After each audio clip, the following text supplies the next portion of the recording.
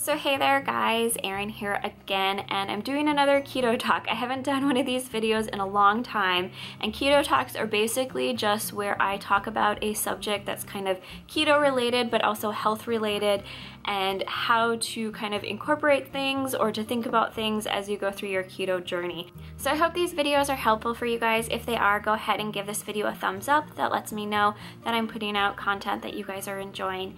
So this time we are talking about carbs and carb-ups and resistant starches and my experience doing carb-ups, adding carbs periodically into my ketogenic journey to see how they affect me, to see how carbs have played a role possibly in my overall health, and just kind of how I feel about them as I go forward.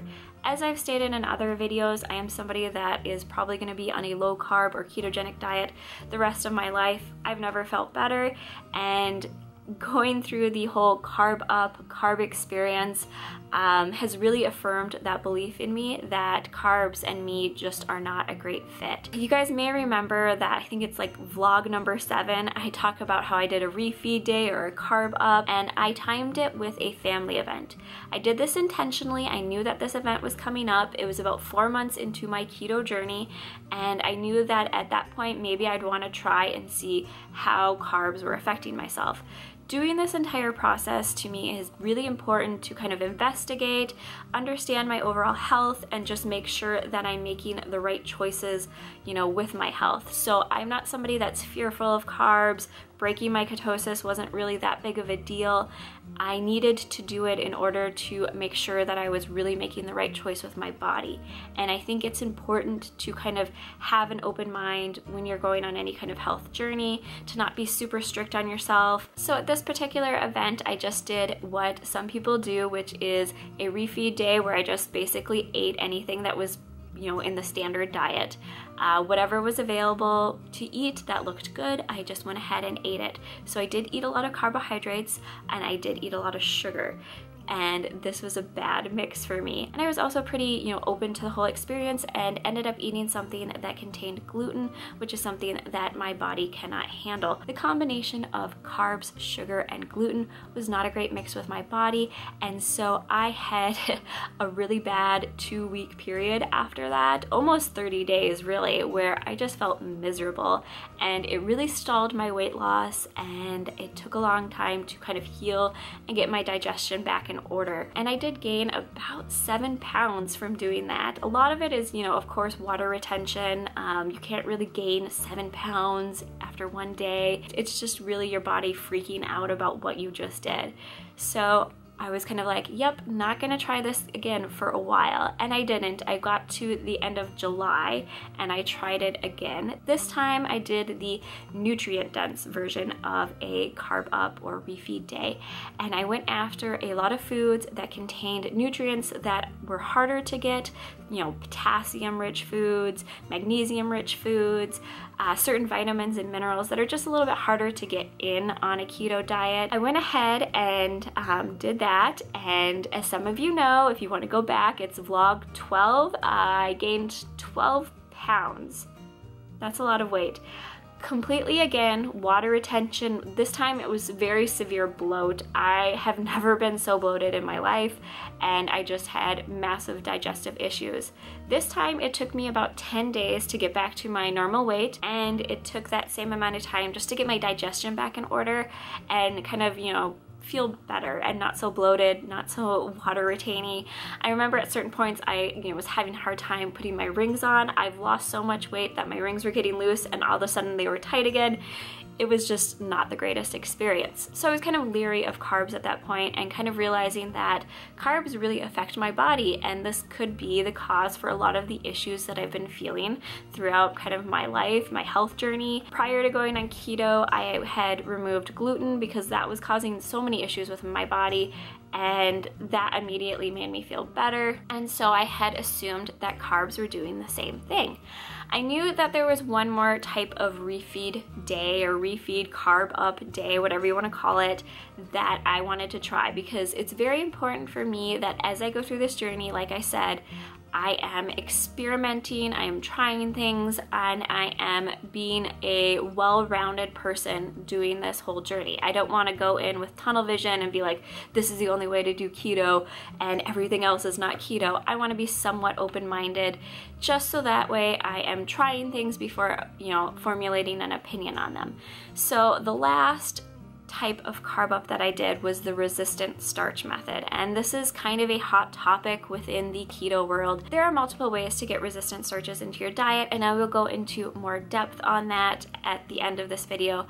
But first, I just want to tell you my experience with the third and fourth refeed day that I did. So at the end of August, I didn't document this on this channel, but I did do a resistant starch refeed day. I ate a completely plant-based diet, so I ate no meat, no protein really, and did very, very low fat. So really just a high carb, high starch diet for the day. And I ate a lot of sweet potatoes and a lot of rice. I also ate cauliflower and a few other things. I did eat some salad and some other stuff in there, but for the most part, 95% of my calories came from rice and sweet potatoes. So the day after, I weighed myself and I only gained 1 pound, and I felt slightly bloated, but definitely not in any way that I had felt before doing other refeed days. I did notice that I stalled out for about 3 to 4 days before starting to lose weight again. It did take about a day to lose that pound and to kind of feel like when I drank water, I wasn't retaining it, but it was going through my system. I also felt like my digestion slowed down for a day before kind of getting back to its groove and doing what it was doing before. So then the fourth one that I did basically a resistant starch diet. So what I ate that other day, but I also included protein in it. And so I did the resistant starch with protein. So this time I found that my weight did not change at all. I didn't go up, I didn't go down, but I stalled out again for about 3 to 4 days. So overall, I feel like the resistant starch diet isn't as bad as doing other types of carb ups. So incorporating resistant starches is a easier way to me to get in some carbohydrates if you want to, or to get in some of the digestive benefits that come with resistant starches. So there are actually several different types of resistant starches that you could consume in order to go after resistant starches. On both of the times that I did it, I did the method in which I had rice and sweet potatoes, and I heated them and then cooled them and then reheated them. This method simply just changes the structure of the starches so that it makes it so they are less digestible by the body. So there are 4 different structures of resistant starches. The first one is a certain starch that is indigestible by the body, and that is due to the cell walls within the plant. So there are certain beans, seeds, and potatoes that are considered in their raw form to be indigestible. There's also ones that are high in amylose in certain potatoes, as well as bananas, ripe bananas, and plantains.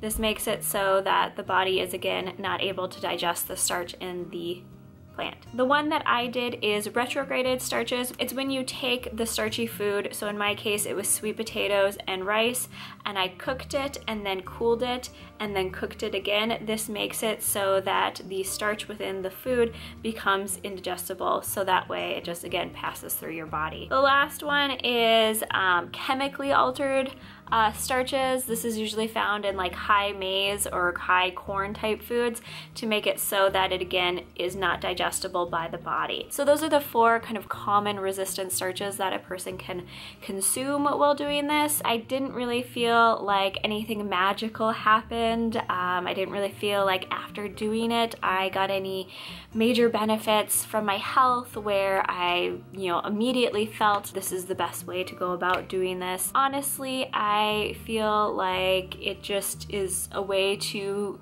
get some starchy foods in there that you might be missing on keto. I don't really feel like it was a positive or a negative. It didn't derail me the same way that just eating carbs in general did. So it is something I'm more open to versus just doing the other 2 types of carb days that I did, where I was really just going off the diet and eating something that's more the standard American diet. So in the end, after all of this, I feel like carbs are just not really something that works well for me and my body, and this has really affirmed my belief that eating a ketogenic diet is the best type of diet for me. I know that eating a ketogenic diet is not the best diet for everybody. The best diet for you is going to be the one that really works to get you to feel like you're reaching your optimal health, and for me, keto is doing that. I don't really feel like I am deprived on my nutrients. I don't really feel like I am deprived in any way, shape, or form on what I eat. I feel like I eat a very balanced diet, and that it's really working for me in order to get me to kind of my optimal digestion, as well as balancing my hormones, getting me to a better weight. You know, I've lost so much weight by doing this. I feel like working out is so much easier eating this way, and that I've seen a lot of muscle growth, so I don't feel like I need, you know, carbs or starches in any way in order to improve my workouts or make my workouts, you know, better for me. I feel like I've got tons of energy and that I don't really need any of that in order to power through.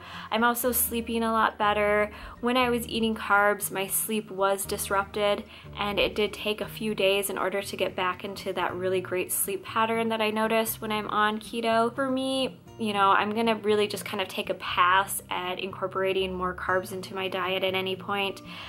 Once I'm trying to maintain my weight, I may play around with things a little bit more, but I feel like I will always be predominantly running on ketones versus glucose, and that this is just the optimal fit for me and my body. Like I said before, if you guys enjoyed this video, please go ahead and give it a thumbs up. It really supports my channel, and it lets me know that I'm putting topics and information out there that are helping you guys on your journey as you go forward with being keto and trying to get through this whole process. Otherwise, I hope you guys are doing great, and I will see you guys later.